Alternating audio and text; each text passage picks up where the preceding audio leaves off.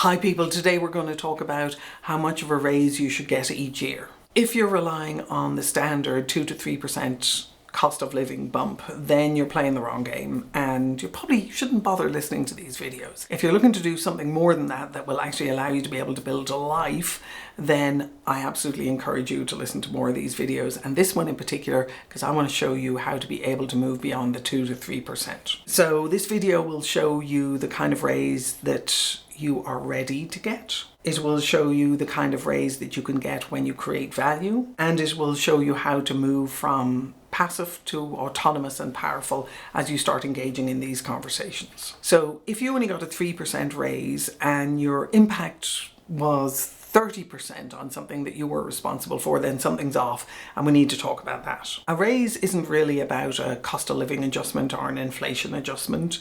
It needs to be about innovation, otherwise you're always going to be stuck at 3%. Most people think their raise is automatic. I wouldn't ever rely on that. I would make it about your ability to innovate and your ability to drive innovation inside your company. If you want a 10% raise next year, and I've had more than that, using these principles, if you want a 10% raise next year, we got to make your raise not just about automatic and cost adjustment. We've got to make it about the value that you bring.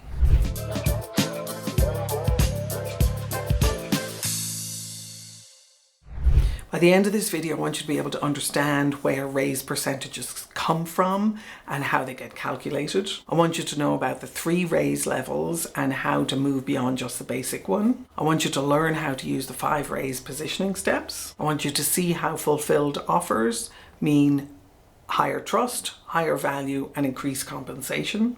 And I want to help you shift your value from someone who's a cost creator to someone who's a value generator.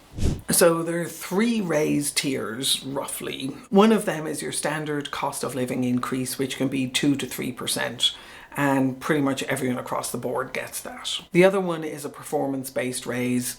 Bully for you, that's great. It's usually 5 to 7%. And that means that you've delivered above expectations. The third one, which is the one I invite you to play, you might start playing the above expectations one first, but ultimately know that I want you to help you move into the role expansion one. The third one is that it's the role expansion one.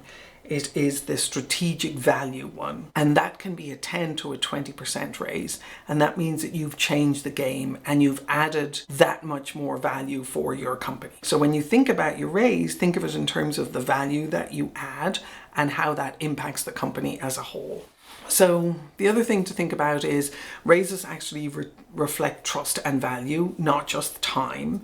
So if you're hanging around in a company and expecting to get a raise because you're showing up every day for work and going through the motions, you're going to be stuck at that 3% at that 3%. I've been in circumstances where I've had people who haven't gotten a raise at all because they have been performing below expectations. So when you think about your ability to be able to innovate, and let me explain what I mean by innovation for a moment.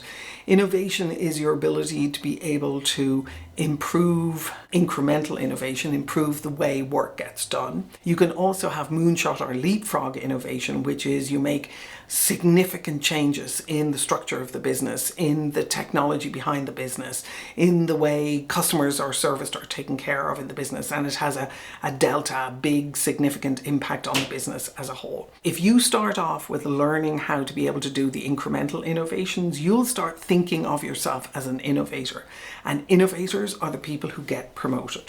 I've written an entire book about it, The Innovation Mindset, and that's part of what I'm putting into these videos because I want to help you get promoted. And I want to help you learn how to think of yourself as someone with an innovation mindset who continuously adds value to their company. And part of the reason why I want to do that is not just that it's adding value to your company, it's adding value to you. And what I've found over the years is the people that I've worked with in helping them build an innovation mindset and build innovation capacity, they have more fun at work. They're more joyful, they enjoy more what they do, they have more confidence, they have more autonomy, and I would love that for you. There are 3 raise levers that I also want you to look at. One is scope. So you can take on something very small, and I really encourage you to start with something small. So you want to set yourself up for success. If you start trying to boil the ocean right now, you're going to kill yourself and you're going to go, she was talking rubbish and I don't want to listen to any more of that stuff anymore. I want you to start small because I want you to be super successful with something small. So scope is one of the big levers, and know that it's a lever and intentionally pick something small, intentionally start with a pilot of something, intentionally start with a small commitment and a small promise that you know in your heart of hearts you can deliver on. You just don't know exactly how you're going to make it happen yet.